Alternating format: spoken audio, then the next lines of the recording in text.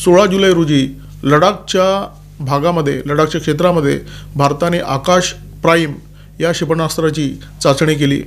एका बाजूला भारत आणि चीनमध्ये विविध विषयांवर चर्चा सुरू आहे। दोन्ही देश जवळ येण्याचा प्रयत्न करत आहेत आणि अशात 16 जुलै रोजी लडाखमध्ये भारताने आकाश प्राईम या क्षेपणास्त्राची चाचणी घेतली।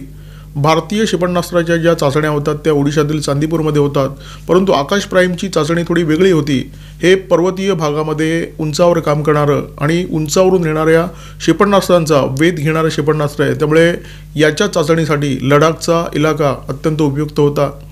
ही चाचणी करून भारताने चीनला काही ठोस संकेत दिलेले आहेत। एकतर चाचणी लडाखमध्ये झाली, हा सगळ्यात मोठा संकेत, कारण लडाखमध्ये जी प्रत्यक्ष नियंत्रण रेषा आहे ती चीनला भेटलेली आहे, त्यामुळे एक वेगळा संकेत या चाचणीच्या माध्यमातून मिळाला।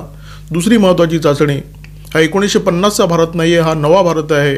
हा कबूतर उडवणारा भारत नाही आहे, युद्धसज्ज राहून क्षेपणास्त्र उडवणारा हा भारत आहे।